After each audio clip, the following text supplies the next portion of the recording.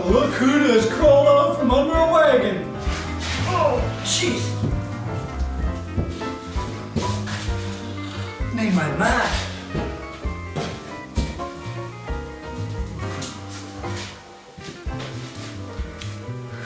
Yeah, I kind of fell off the wagon there for a little bit, but I'm gonna get back into it. Let's do a recap. Where are we at here? When we last left it, I did the hood skin, one side at least, and the frame, I got the one side done here with the Endura top coat. So just need to clean her up here some more. The rust is growing back. Flash rust.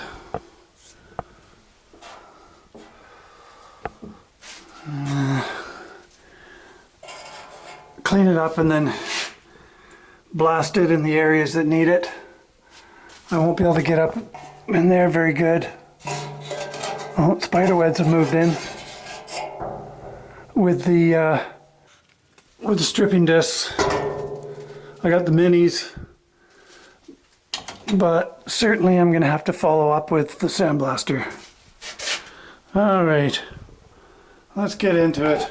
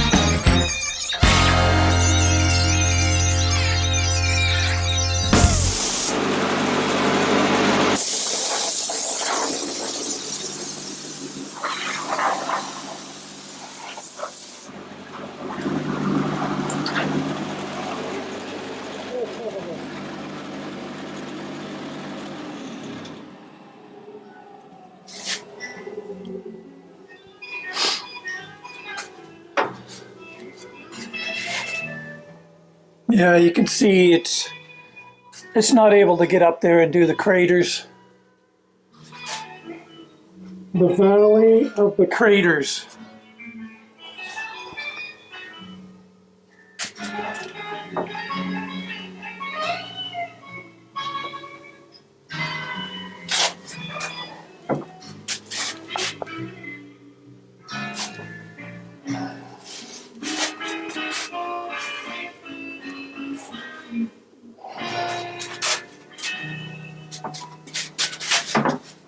You can see all the pits.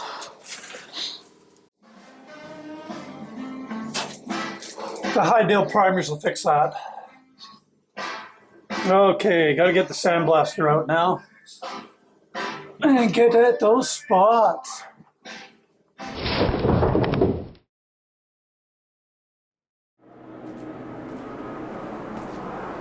Here we are almost a month later. I got taken down from the compressor crapping out. I'll show you what I was up against here. Get the light on. There's a pressure valve right there that connects to the pressure switch, which turns on and off the compressor. There's your low pressure and your high pressure adjustments, or off and on. And what was going on was this valve here started leaking, and I tried different means of trying to keep it fastened, but it would last for a little bit and pop off. So what this is called a quick connect. They use them on airbags. The same system. You push them in and it locks it. There's an O-ring inside. No fasteners. And I have about 5 or 6 of these. There's one there, one up there, one there, another one down there.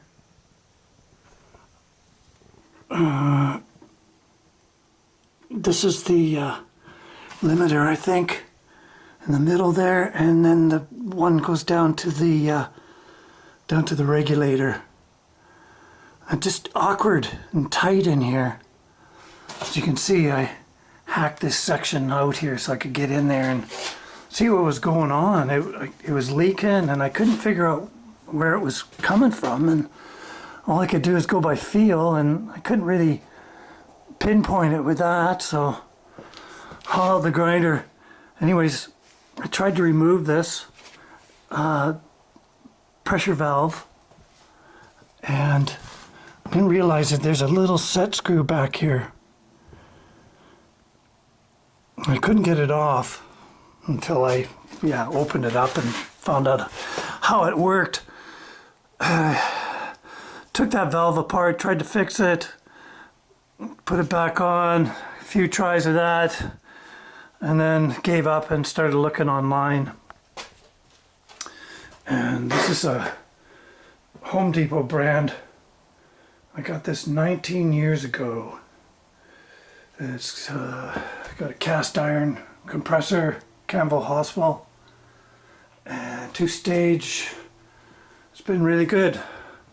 Single phase, 2 horsepower motor, but this is the first time it's crapped out, and I looked everywhere trying to go by Home Depot, Husky brand.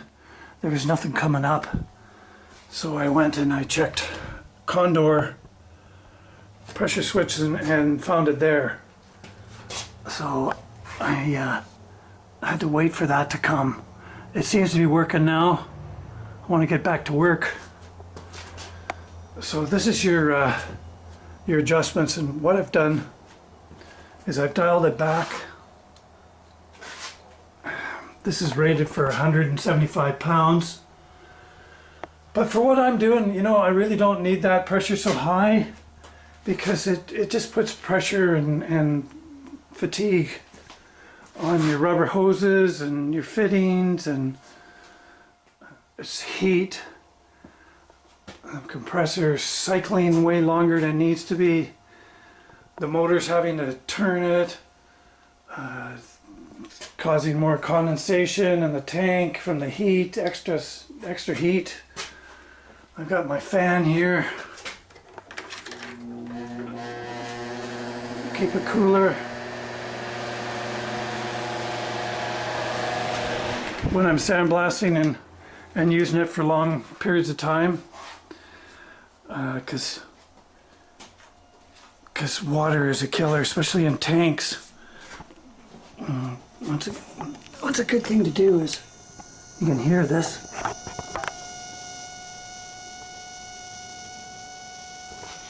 I've got it set, just cracked it a little bit. That's a ball valve.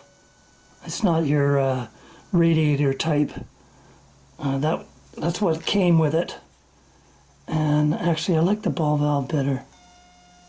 Yeah, so if you can just keep it just trickling out a little bit, the water will come with it, and it'll always be drained. Oh, my motion light went off here. Get going again. There you go.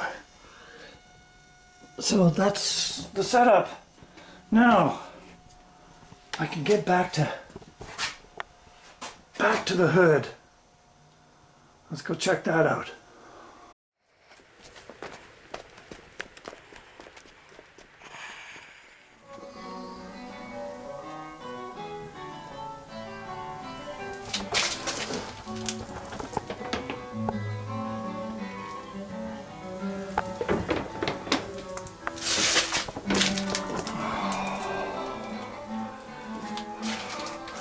Nice and clean. Doesn't get any better than that. All blasted up. Ready for epoxy primer. Ready for epoxy primer. Ready for epoxy primer.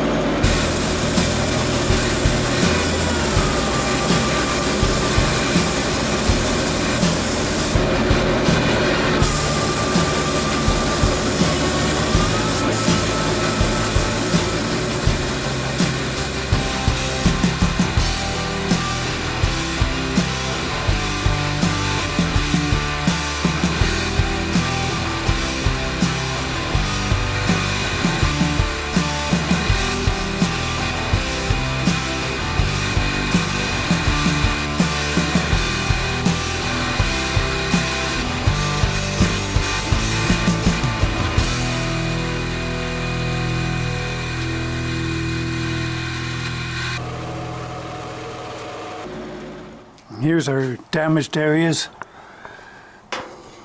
See the pitting.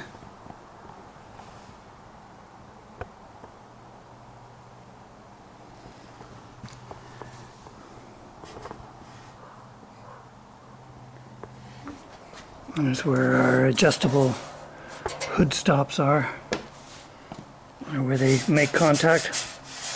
It's not bad. It's got a couple of little bumps on it. Looks a little better. Let's see. We got some nicks, craters, mostly just in the middle here.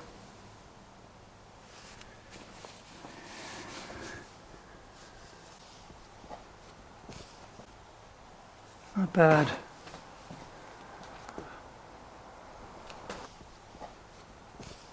Here's what I'm using.